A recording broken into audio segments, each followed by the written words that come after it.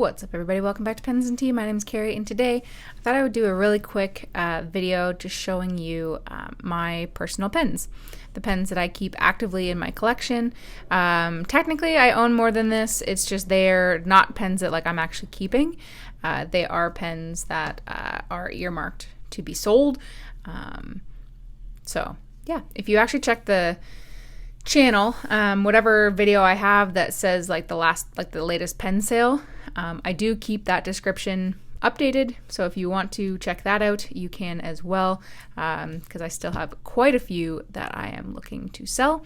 But these are my pens, and I usually do an end of the year, my fountain pen collection as of XYZ, but I regularly get asked what I keep and what I don't, so I thought I'd do a random one, and I might do another random one maybe every few months and just show you what I'm keeping.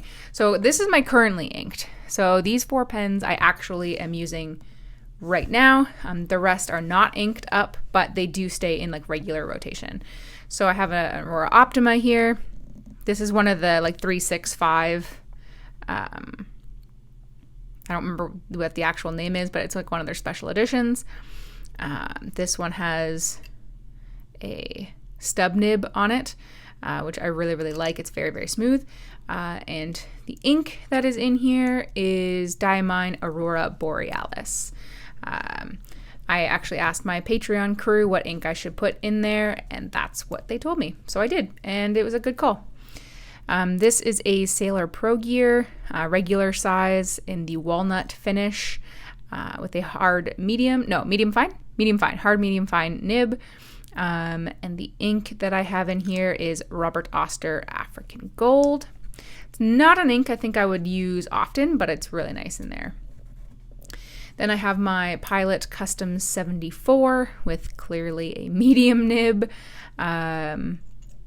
This one has Monte Grappa Harry Potter Ravenclaw Blue. I think that's what it's called. I actually only have a sample of it because it's very expensive. Yeah, Ravenclaw Blue. I like the ink, but it's certainly not worth a full bottle of, I don't think, because that ink is tremendously expensive. And then I have my Platinum 3776. This is the oldest gold nib that I have in the collection. Actually, right now they're all gold nibs. Wow, that never usually happens. Typically, 99.9% of the time, I put Diatramentis Cola in here. This is a fine nib. But I did not this time. I have Private Reserve Copper Burst inside. So those are the 4 pens that I have actively inked up right now. I try not to do more than 3 or 4 just because I don't want to have to clean them. And I have them in the Goulet Pens Rickshaw collab roll-up case. All right, let us pull out my Twisbys. No, not Twisbys. Wow, I was looking at a Twisby pen. My Kavekos. So I guess, spoiler, there's a Twisby coming. I have too many of these. I have a Kaweco Sport problem. Why is this catching? That's never done that before either. What the heck? That's never happened before, but it got caught on the insert here. This is Galen Leather's case that's made really for the Kavekos, but I have too many of them. I have 14 now. I am, believe it or not, considering letting a few go, just so that I can pare down the collection a little bit. This is getting a little out of hand, and I know I'm going to continue to buy some more down the line. Yeah. So we'll see what that brings, but I do have a problem with Kaweco Sports, and I am fully aware of that. Then I have sort of a little container of random stuff. This is sort of my stuff that is just I don't want to say throwaway pens. Nothing is a throwaway pen. It's just the stuff that I don't really care necessarily about. So this is the pen that I exclusively use for Bay State Blue, so that I don't have to worry about the fact that the feed's all stained. I've got a busted disgusting looking cartridge in here. Again, all stained, but I don't really care. This is like I said, the pen that I use when I want to use Noodlers Bay State Blue.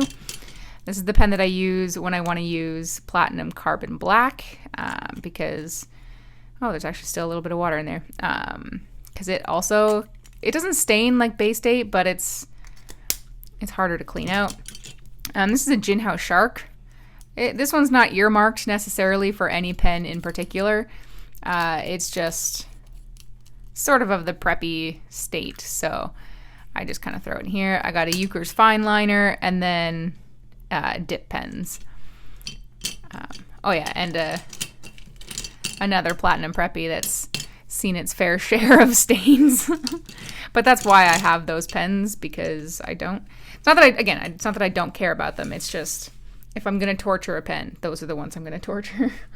And then real quick, I do have my Aurora Klinger glass pen that has seen its better day with the cardboard that it came in. I used to have several, but I sold them all except for that one, because I don't use them super, super often, but they are handy to have one in the collection. And then just going to bring out a whole tray here. So this is one of the trays that I have. So I got a Noodlers Tripletail. This isn't one that I have inked up often, but when I want to just have fun with a pen, not really like do anything except for doodle and just literally have fun with. This is the one that I do that with. The Tripletail flexes really well.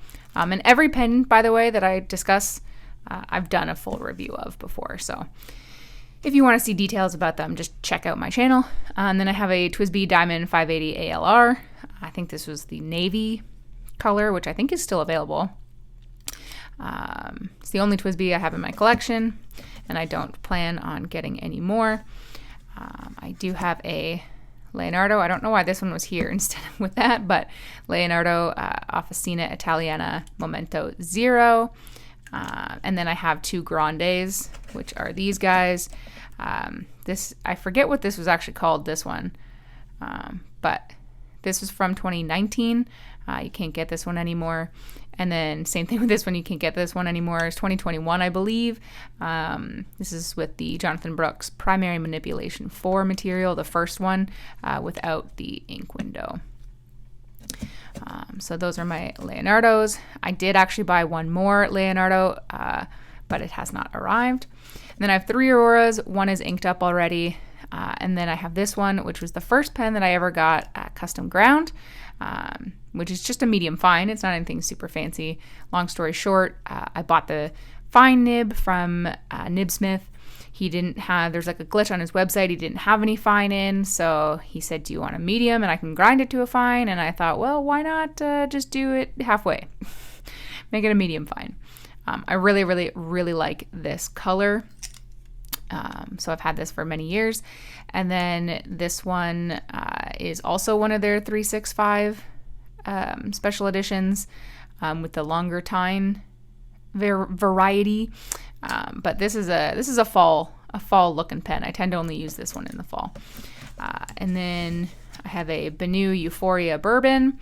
I flippin' love this pen. If you check out my review, you'll understand why. Super flashy, but I absolutely adore it.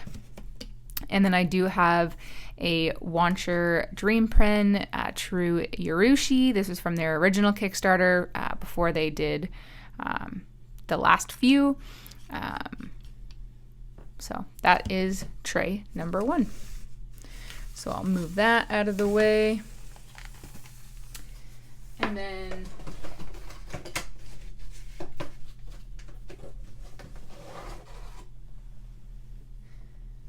then tray number 2,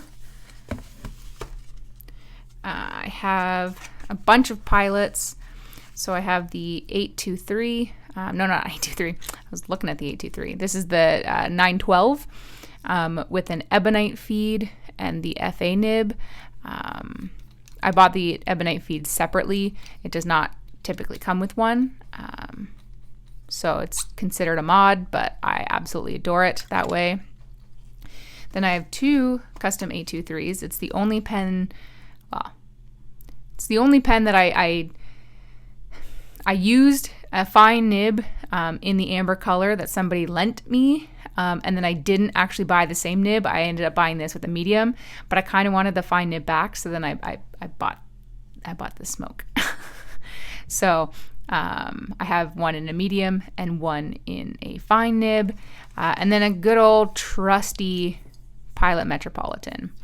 I love having one of these guys on hand. Super easy to clean up, super easy to maintain. I can kind of toss it in a bag and not worry about it. Then I have a Mont Blanc 146 size. This is the Le Petit Prince. Not the Planet one. I can't remember which one. Aviator. That's it. Aviator. And this one has a fine nib. And then I have a Visconti Homo Sapiens Midnight in Florence. I really, really adore it. It's a bit of a pain in the butt to clean, same with the Mont Blanc, but I really like it. It has a fine nib and writes like a fire hose. And speaking of fire hose, this is the Pelican M800 or 805 really, because it's rhodium trim in the Streisman material. I bought this actually when I went to my very first pen show in Toronto. Has a fine nib but writes almost like a broad. It's super wet, super, super juicy. I've had many others. I've had the M200, 400, and 600 size, but I prefer the 800. I've never tried the 1000 yet. I'm hoping to because I've heard their nibs are dynamite, and I really want to, but this is mine, so. And then I have 3 Lamy 2000s, which is obsessive.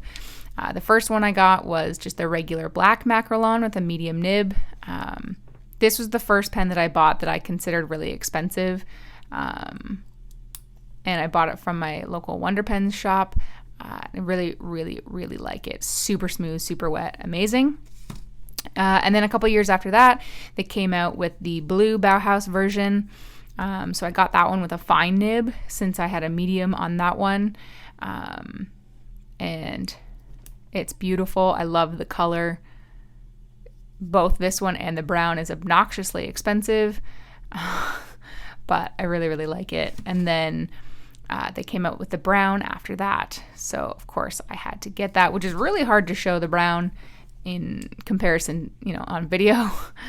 But I got this one with a oblique medium nib, which is okay. It's my least favorite of the 3 nibs that I have. But I love these pens because they're super easy to clean. You can unscrew it, flush out the body. You can take out the nib unit. Just be very careful that you don't lose this, because if you do, then you're not going to be able to cap your pen. So I adore the easy maintenance of these pens. And yeah, so that's it. And I say that's it in the sense that it's still a lot of pens.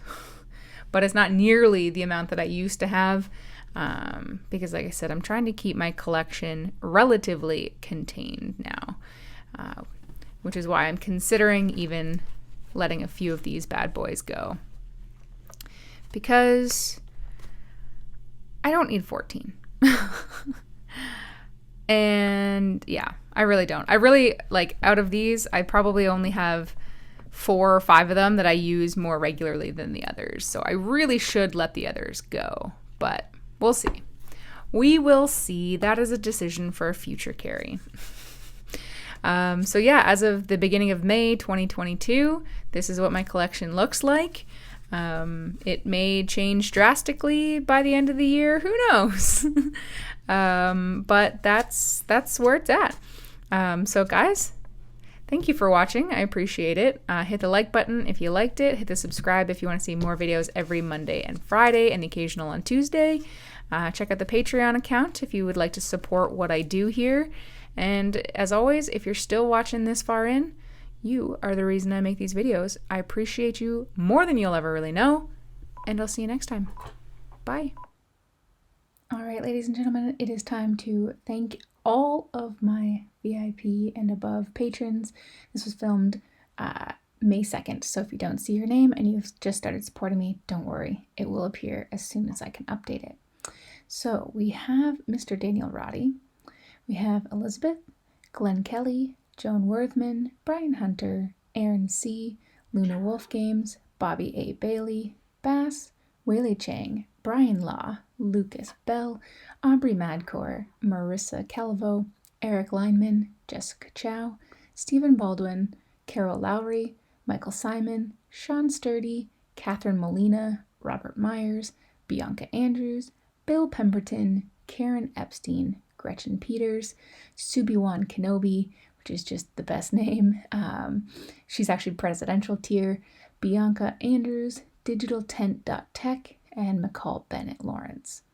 Thank you all, regardless of the tier you choose. You will never know how much it actually means to me that you support me, my content, and what I do here. Thank you, thank you, thank you.